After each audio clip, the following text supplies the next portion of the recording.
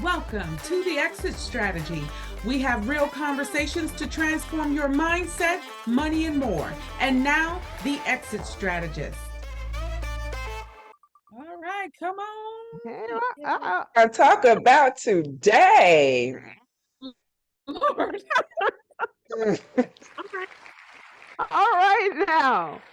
All Woo. right. Part two, guys. Okay. I said natural hair in the workplace. How does it affect your everyday choices? Who wants to take it? Who wants to take that? Wait, let me do this. Where we ended on part one, I think was really good. And that is where Brandy really challenged us to think about what we think and how we feel when we see natural hair in the workplace. And I think that would be a good place to start because am I the only one? You found yourself at work and someone comes in with natural hair and you're Mm, no, you're not the like only. natural hair is not for everybody. And it brings me to what you were saying, Brandy, where we ended how we feel. So let's just open the floor and start there. Yeah, I would say you're not the only one, Morgana. And it's a shame that I have felt this way, but I think we have not only, our parents have been conditioned to think that way for what Carolyn said, how her dad reacted to our white counterparts who think that way because, we've always been put in this, we have to be like our white counterparts in order to make it we've been conditioned ourselves, right, to think that way about each other. So I don't think you are alone. I don't think I am alone. I would probably say we've all felt it at one time or another, that there is a place and a time, we might say in our heads, to do that. When we at the, hanging out in our girlfriend circles, it's cool to do that. But when we're around others, it's like, but this, I'm not saying it's right or wrong. I'm just saying, I'm actually not saying it's right because I'm not saying that it's right to feel that way because I don't think it is. But I'm guilty of it. To be honest, I'm guilty of it, and I think that's what kind of created in me the feeling that I needed to wear my hair straight, when I go to work.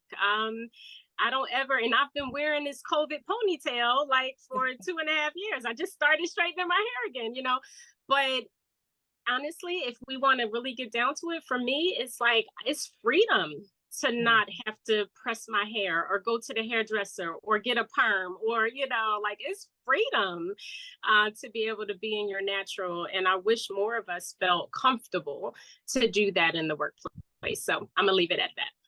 And it definitely does have to do with comfort because it's a subliminal conditioning that we do because of what we see and hear and even have been taught about natural hair. I have a cousin who actually lives in Atlanta who worked in corporate America, and the first couple of times I saw her after getting out of college, and she was wearing her natural hair. And the first time I saw her, I thought, she just did that for the trip.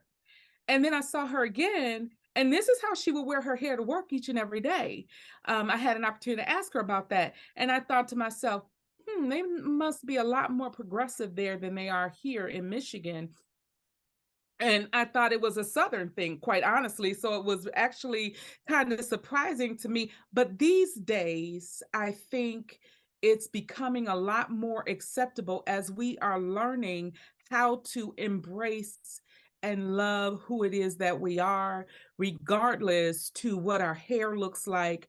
We love us as a people. We are starting to learn to love our blackness, which is no longer in, and maybe this is a Monica opinion, but I think it's no longer a oh man, if only I had blonde hair and blue eyes.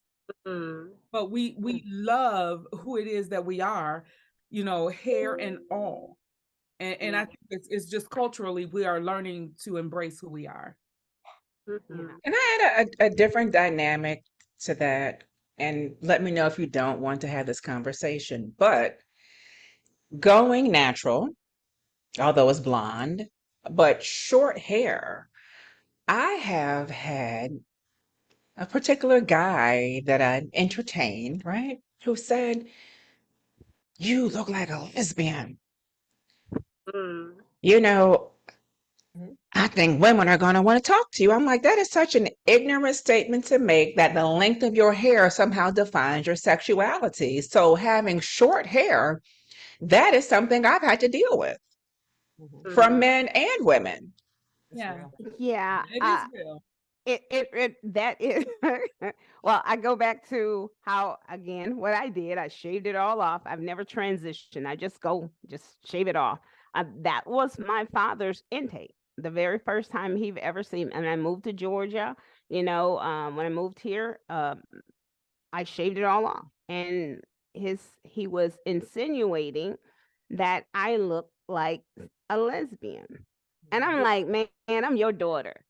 You know I like men. I've been whooped because I done snuck out with a little boy here and there.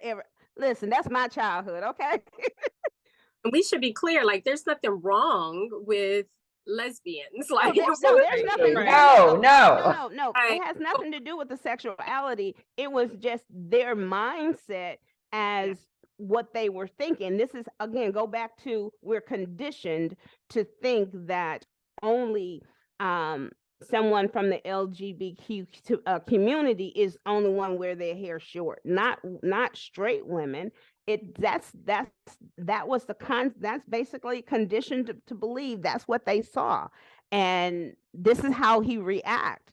And my mom had to say, no, that that child, you know what that child is all about.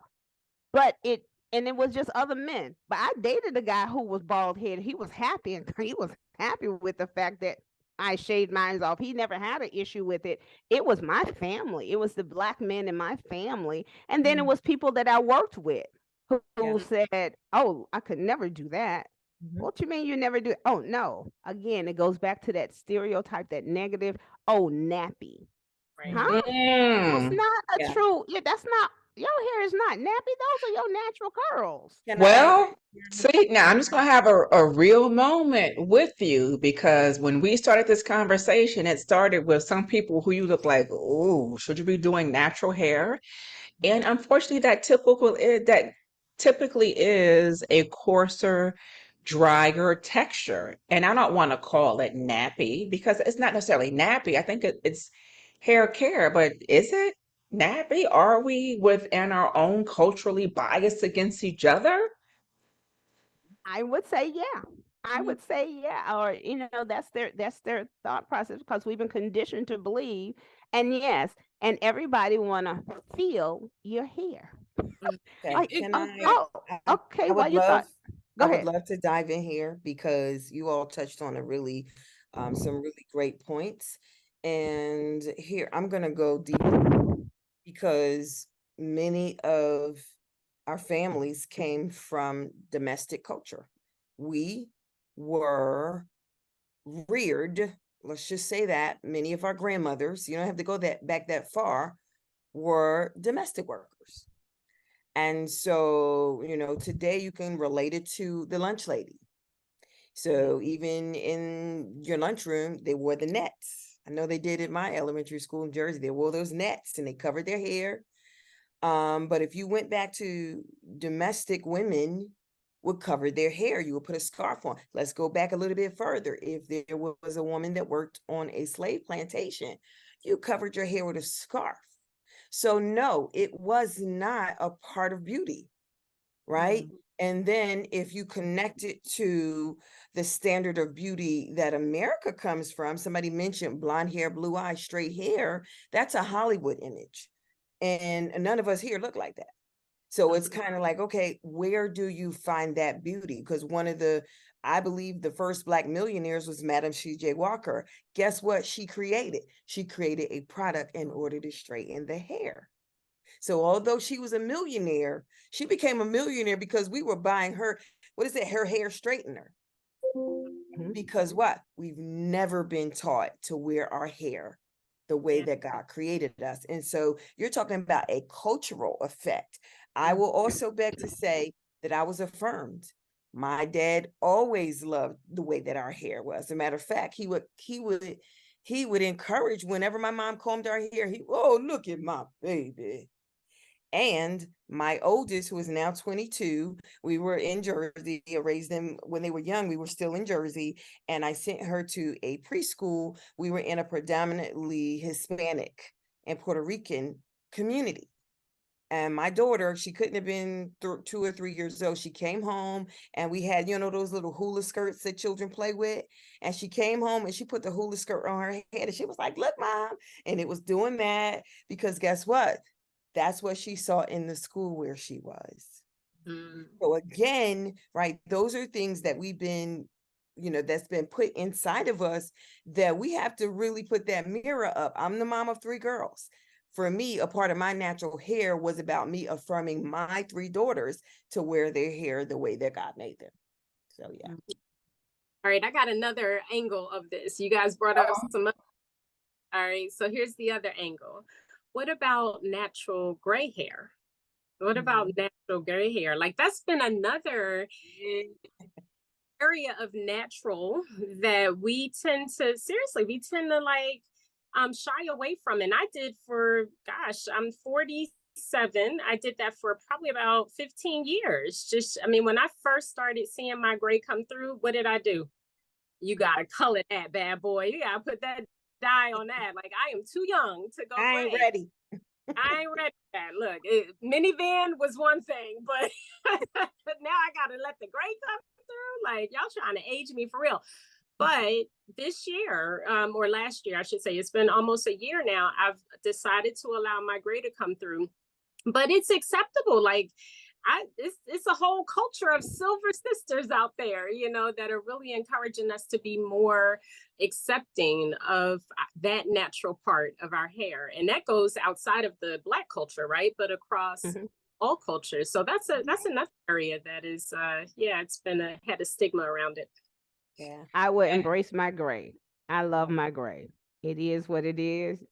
I'm gonna, if I color my hair just because I want to color it, but it's not gonna be colored because the gray. I love my gray, and I will sport my gray. Yeah, I'm embracing it too, Carolyn. Yeah. More. And I was pre-gray, so I've been gray ever since I was 20-some years old with a patch in the back of my head. So I've had gray throughout my entire life. So y'all embrace it, and I'm gonna applaud y'all.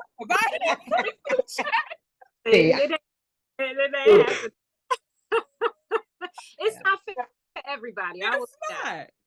My girlfriend called me. My BFF. She called me, and her hair was fully gray. She had dyed it gray, and I'm like, "Girl, why you do that?" I love it. I love it. I have a girlfriend that has a patch right up front. Oh, it is, to me, it's sexy. But you know what I mean? Mine's is all over the place. So I'm like, yeah, nope, we're not ready. I wish mine would just come in. I would let it come in. Matter of fact, I probably would dye it purple though. The lilac color. Oh yeah. Back to the subliminal conditioning that we have, because subliminally, like you said, Hollywood says this is what beauty is. Even though our hair is natural, we never have seen it from the time that we were little children in Hollywood, which is where it all matters, right? No, it really don't. But we never saw the natural hair being viewed as being beautiful. And then the gray hair, we always associate that with age. My mother said I was born with 2 strands of gray hair in my head. So that was like from birth. But yeah, I dye all that now. Well, one of the reasons I love blonde is I like to be extra, but it covers the gray. So Brandy, Carolyn, I applaud you. Like we say, strong J on accepting your gray. Rosalind, Monica, and I, we're not quite ready, and it's okay. It's okay. Whatever you like. I love what we do, ladies, and I know we've done this natural hair justice, and there's still much more to unpack and to uncover. Are there any closing points before we close out today and move on to our next topic for our audience? I'd just say embrace your natural beauty, whatever that is. Embrace it. Yeah. So, Ms. Brandy, does that mean on one of our upcoming specials you'll have all this hair out so the users and listeners can see this gray that you're talking about? Hair will be flowing. It will be flowing, gray and all. You honestly, you do wear it well. You do. There you Thank go. you. Thank you, ladies. I'll say, closing out, I'll just say, know who you are, right? Know who you are and show up fully in that 100%. I think being authentic is worth it more than anything. Show up who you are, and we gon' show up to applaud you. So. That's Yes. right. Be comfortable in your own skin. Whatever you feel, that's you. That has nothing to do with the outside entity. It's who you are. So be comfortable and keep doing you, because I'm gonna wear this gray, y'all. All right. What about you, Miss Monica? Honey, fix my crown if it's out of place. Just fix that thing right on up, and she will not be gray if she. And I'm going to add a serious point as we close out. Yes, I love my blonde hair, but it comes at a cost. Find a balance that you are looking good, but not sacrificing living good, because that is far more important. And we'll see you on the next installment of The Exit Strategy. All right. All right. We're Let's gonna get spin the wheel. Oh, thank you, Carolyn. So we are changing up as we grow and we evolve.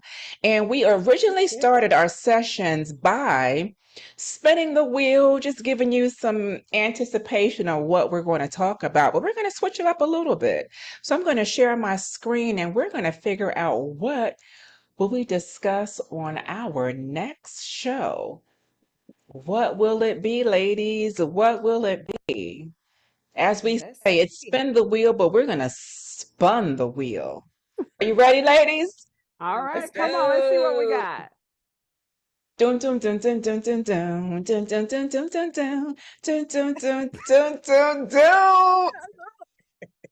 Ooh. where is brand name? Wearing Okay. brand. Is it Yes, important? wearing name Important. All brands, right. is it important? So will you see you soon on the exit strategy? We are The Exit Strategy. Find us on Roku, Boss Ladies TV, where we have transparent conversations to transform your mindset, money, and more. Scan the QR code to follow us on all social media at The Exit Strategy.